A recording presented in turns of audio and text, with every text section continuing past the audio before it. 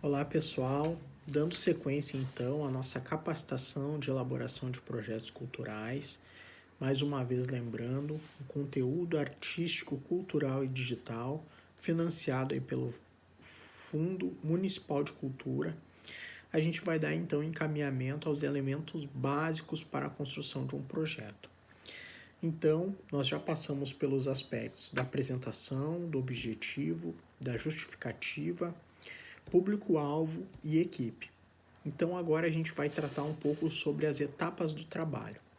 As etapas do trabalho, ela pode ser dividida entre pré-produção, produção, divulgação e comercialização e administração físico e financeira, ou então podendo ser entendida como pós-produção.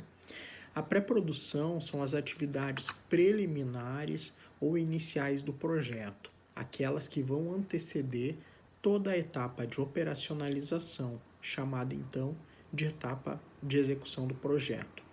Posterior a essas etapas ou concomitante na questão de serem no mesmo período, a gente ainda pode ter a questão da divulgação e comercialização.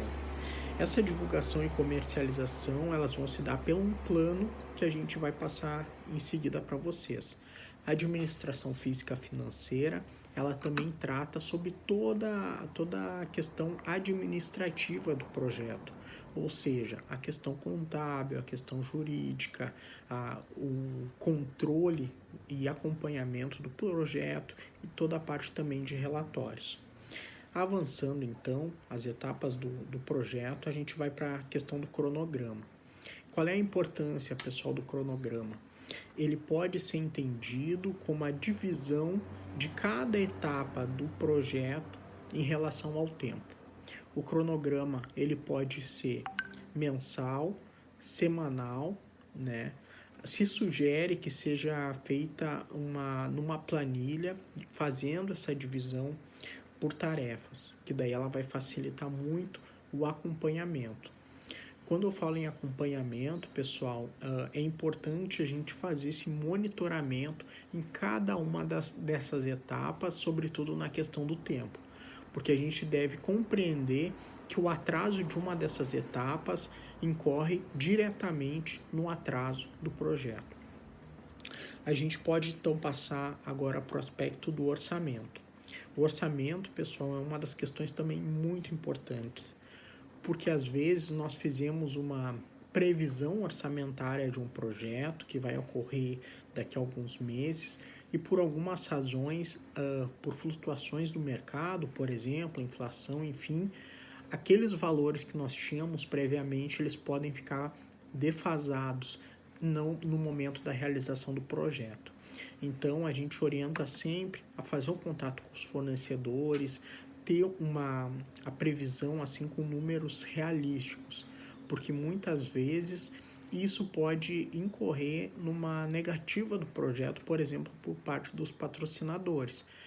Quando você apresenta um projeto com valores muito alterados ou fora da realidade do mercado. A gente pode seguir então, ainda sobre o orçamento, é importante a gente fazer sempre a descrição. E essa descrição, ela vai ter que ser bem precisa de qual é que é aquele objeto ou serviço. A gente também vai ter unidade, quantidade, valor unitário e valor total. Isso é muito importante para o pessoal se atentar. Ainda na questão do orçamento, outro aspecto importante para prestar atenção é a questão dos impostos, que tem uma diferenciação para a pessoa física e para a pessoa jurídica. A gente avança então para outro ponto, que é o plano de divulgação. O plano de divulgação, ele nada mais é do que as ações de mídia que vão direcionar toda a divulgação do projeto. E esse plano ele pode se dar pelas mídias sociais, por jornais, por TV, por outdoor, folder, impulsionamento, né, nas redes sociais. Então são várias as formas de se fazer essa divulgação. Por que ela é importante? Porque ela vai definir de fato o alcance do público-alvo previsto no nosso projeto. Então, ele tem essa relação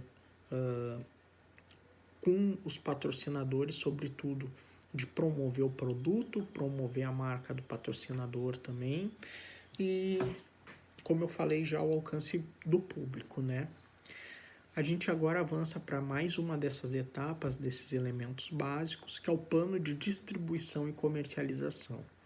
Ele pode ser dividido na questão da quantidade e de preço.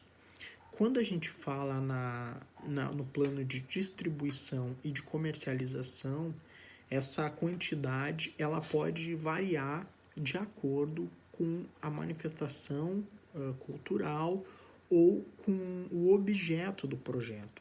O que eu quero dizer? Essa distribuição, por exemplo, quando a gente está falando em livros ou CDs, ela é por unidade de peça. Quando a gente está falando por um espetáculo, um festival, são pelos ingressos disponibilizados. Quando a gente está falando ainda em termo de espaço, pode ser entendido como vagas disponíveis, né, num teatro, ou quando for num espaço aberto, a capacidade do local. A questão do preço, nesse plano de distribuição e comercialização, ele vai levar em conta alguns critérios, que é a receita prevista, né, no projeto, o percentual comercializado, ou seja, dos ingressos, ou seja, dos espaços, né? E quando é uma lei de incentivo, é importante observar que também pode haver cotas ou preços populares, tá? Então a gente vai para o nosso último aspecto dos elementos básicos para serem pontuados na construção do projeto, que seria as contrapartidas. Esse plano de contrapartida, ele visa um retorno concreto, sejam para a comunidade, para os patrocinadores ou mesmo para os parceiros.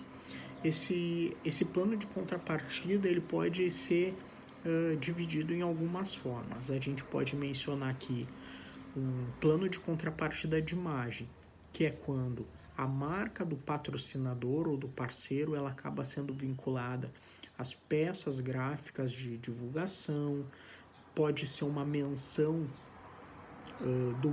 dessa marca do patrocinador ou apoiador no evento, na abertura ou no encerramento, ou ainda pode ser a marca exposta junto a um produto, por exemplo, como num livro ou como num CD, quando a gente traz a imagem da marca relacionada ao produto do projeto. Temos então ainda as contrapartidas sociais, que elas objetivamente visam beneficiar a comunidade atendida a partir do projeto. Então, a gente vai ter ações gratuitas que podem ser realizadas, as distribuições gratuitas de ingressos e ainda, sobretudo, uma cota de ingressos quando é uma escola pública, por exemplo. Temos as contrapartidas ambientais que dizem respeito, sobretudo, ao aspecto de coleta seletiva do lixo naquele evento, né? Enfim, ou naquele projeto, e ainda plantação de árvores e um material reciclado. A gente tem ainda, dentro das contrapartidas, as negociais. Isso quer dizer, pode ser um lugar reservado para o patrocinador, a cessão de um espaço, né? Que esse patrocinador ele pode estar levando seus convidados. Essa parte negocial ela diz muito respeito a um tratamento VIP a esses apoiadores e parceiros. E por fim, então, nós temos a contrapartida financeira, que é quando a própria